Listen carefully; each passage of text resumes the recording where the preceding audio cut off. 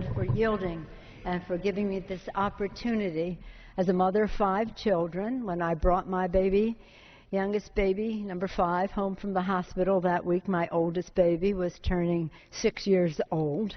Birth of a baby is such a jubilant occasion, and women's health is essential to the health of families, of raising our children in a way that has respect for all of them. It's very interesting that we're taking this bill up now when the American people are calling out for jobs. Their number one priority is the creation of jobs, and once again we come to the floor of the House with a major distraction that ain't going nowhere in order to cater to an extreme agenda of the Republican majority. The American people want us to take up jobs. They want us to take up the American Jobs Act, which 3/4 of the American people say they want us to consider. It would create nearly 2 million jobs.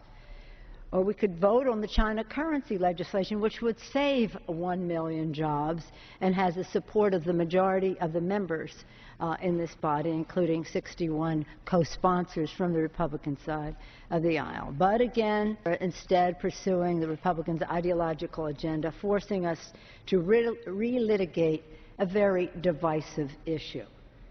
Every woman in America should be very concerned about this assault on women's health. Let us begin the debate with a very clear understanding of the facts. The federal funding of abortion is already and has been for a long time prohibited under the Hyde Amendment, except in cases of rape, incest, or to save the life of the mother. Furthermore, the Affordable Care Act prohibits the use of U.S. taxpayer dollars to fund abortions. That is why the Catholic Health Association said, "We are confident that the health care reform does not allow federal funding of abortion and that it keeps in place important conscience protections for caregivers and institutions alike."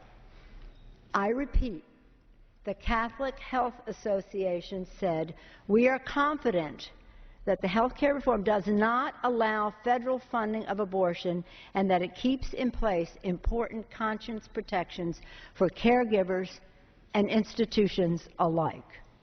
This bill is a radical departure from existing law. It represents an unprecedented and radical assault on a woman's access to the full range of health care services. For the first time, this bill places restrictions on how a woman with private insurance can spend her own private dollars in purchasing health insurance. As a result of this bill, millions of women using health insurance exchanges are likely to no longer have access to insurance policies that cover all reproductive services. Furthermore, supporters of this bill falsely claim that this bill is simply a restatement of the Stupak Amendment considered by the House in 2009. It is not.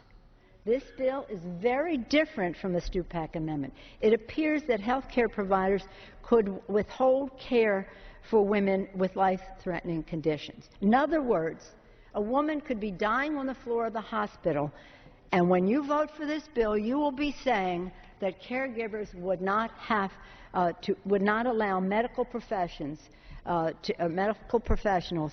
to treat that woman and keep her from dying. The Obama administration has come out strongly against this legislation, rightly saying it intrudes on women's reproductive freedom and access to health care and unnecessarily restricts the private insurance choices that women and their families have today. So just a few points again. Public funding of abortion is prohibited under the Hyde Amendment except of cases of rape, incest, life of the mother. The American Catholic Health Association says we are confident that the bill does not the Affordable Care Act does not allow federal funding of abortion, and that it keeps in place important conscience protections for caregivers and institutions alike. And third, it is not the Stupak Amendment. This legislation is bad public policy. It is the wrong priority for Congress. It is an assault on women's health, and women should know that.